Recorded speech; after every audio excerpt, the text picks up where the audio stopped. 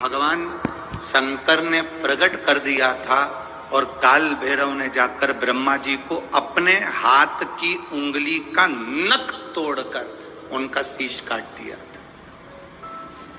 काल भैरव, जब काल भैरव ने शीश काट दिया, शीश कट गया,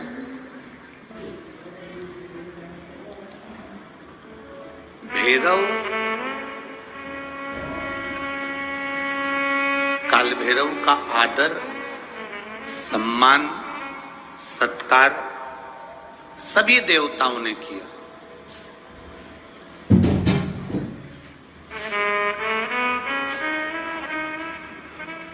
भैरव क्षेत्र का देवता होता है। भैरव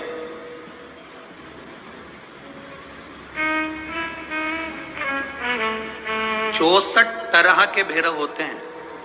कितने तरह के? 64।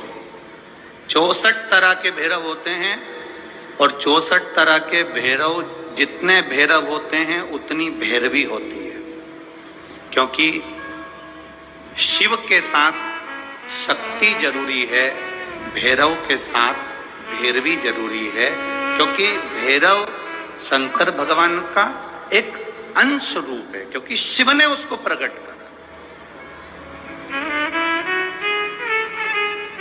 हाँ, दुनिया के लोग भले भैरव जी को बदनाम करने में लगे, ये तो शुरू से चला आ रहा। भैरव जी को कोई बीड़ी पिला देता है, कोई सिगरेट पिला देता है, कोई कह देता है कि भैरव बाबा को तो बीड़ी दे दो, भैरव बाबा को तो सिगरेट दे दो। ये ढोंग और प्रपंच मेरे शंकर की कथा में नहीं है।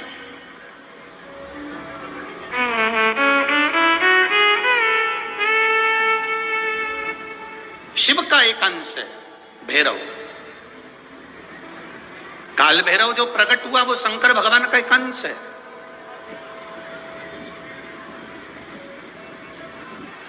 काल भैरव जो प्रकट हुए वो शिव का एक अंश रूप है। और काल भैरव जब प्रकट हुए, सारे देवताओं ने उनका आदर करा, इंद्र ने उनका सम्मान करा, इंद्र उनकी सेवा में लगे, वायु देव, गरुण देव, वरुण देव, जितने भी देवता हैं सब ने उनका आदर करा। अब आदर करते करते करते करते माता लक्ष्मी जी ने भी काल भैरव को निमंत्रण दिया। जरा सुनिएगा, बहुत सुंदर कथा है पुष्कर राज की। इस कथा को अपनी जिंदगी में उतारना जरूर। काल भैरव का निमंत्रण माता लक्ष्मी जी ने दिया और माता लक्ष्मी जी ने काल भैरव को निमंत्रण दिया कि काल भैरव आप बैकुंठ में पधारो और बैकुंठ की भूमि को आप पधार कर आनंदित करिए। तो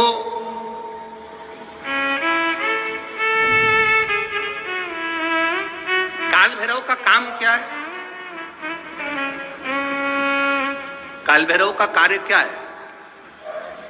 ये यहाँ राजस्थान की भूमि पर तो वैसे भी भैरू जी के मंदिर बहुत है। बोलो सही है कि गलत है? और पूरी दुनिया में जितनी भी, पूरी भारत की भूमि पर दुनिया के लोग कहीं पर भी लें, कहीं पर भी रहें, पर भैरू पूजने के लिए हमारे राजस्थान में आते जरूर हैं। भले वो कभी भी आए, पर राजस्थान में आकर भैरू पूज कर जाते ही हैं।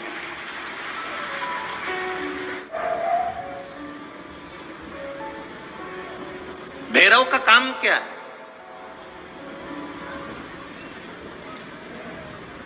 शंकर भगवान ने क्या केवल एक ब्रह्मा जी का सिर काटने के लिए काल भैरव को प्रकट करा?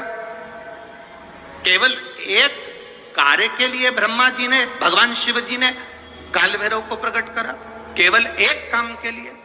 नहीं, मेरा भोलेनाथ एक कार्य के लिए काल भैरव को कभी प्रकट नहीं कर सकता, क्योंकि मेरे भोलेनाथ ने जब जब जो काम किया है वो संपूर्ण ब्रह्मांड के कल्याण के लिए किया है। इसलिए ब्रह्मा के सिर काटने के लिए, अकेले केवल ब्रह्मा का सिर काटने के लिए भगवान काल भैरव को प्रकट नहीं कर सकते। तब काल भैरव के प्रकट होने का कारण क्या है? भैरव के प्रकट होने का कारण क्या है? भैरू जी के प्रकट होने का कारण क्या है? भैरव प्रकट क्यों हुए हैं? तो शंकर भगवान जब काल भैरव जब नारायण के यहाँ बैकुंठ में गए और भगवान बैकुंठ में जब पहुंचे तो लक्ष्मी जी ने भगवान नारायण से पूछा, प्रभु मेरे मन के संशय को मिटाइए, ये भैरव प्रकट क्यों हुए हैं? केवल ब्रह्मा का सिर काटने के लिए?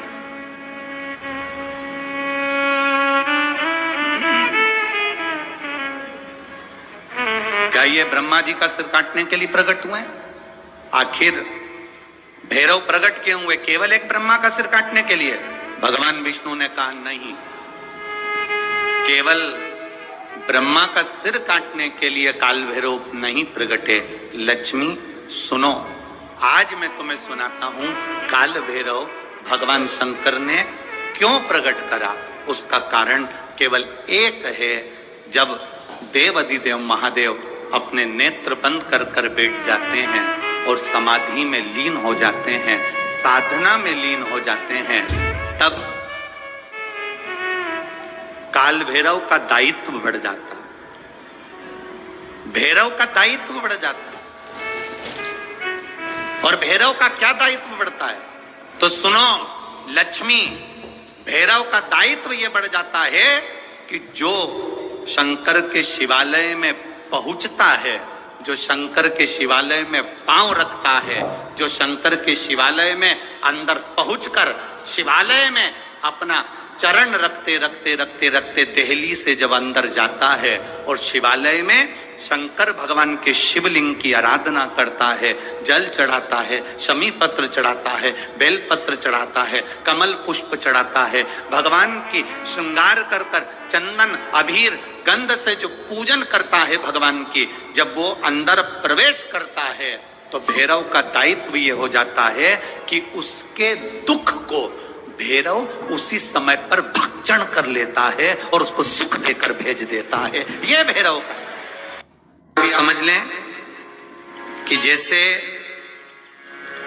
अष्टमी तिथि या नौमी तिथि किसी भी महीने की, चाहे शुक्ल पक्ष की हो चाहे कृष्ण पक्ष की हो, अष्टमी और नौमी तिथि ये दो तिथियां ऐसी हैं, मान लो तुम्हारा पैसा तुमने किसी को दिया, 5 लाख 4 लाख 3 लाख 10 लाख 8 लाख 2 लाख 50,000 25,000 20,000 40,000 और वो पैसा नहीं दे रहा, आप हार गए कह कर, फोन लगा कर, भैया दे दे रहे, परेशानी है, दे दे रहे भैया, हम तो परेशान हो गए, और हार गए, नहीं मिल रहा, बहुत परेशान।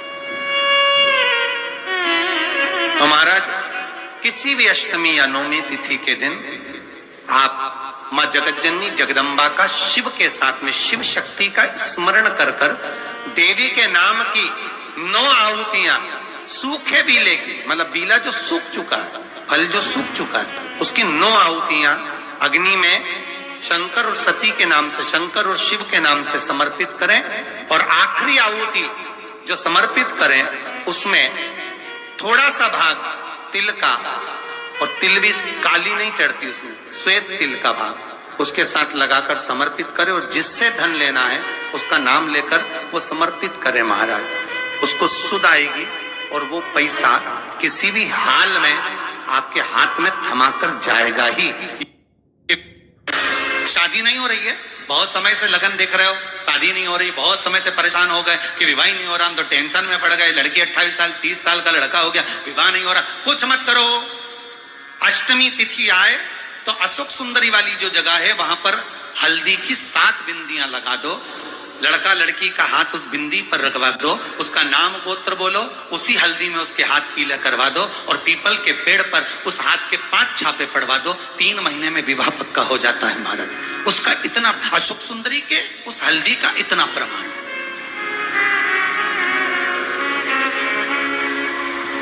3 माह के अंतर्गत विवाह नक्की हो जाता है। इतना इतना प्रमाण है महाराज। भगवान शिव की आराधना का कोई साधारण फल है महाराज।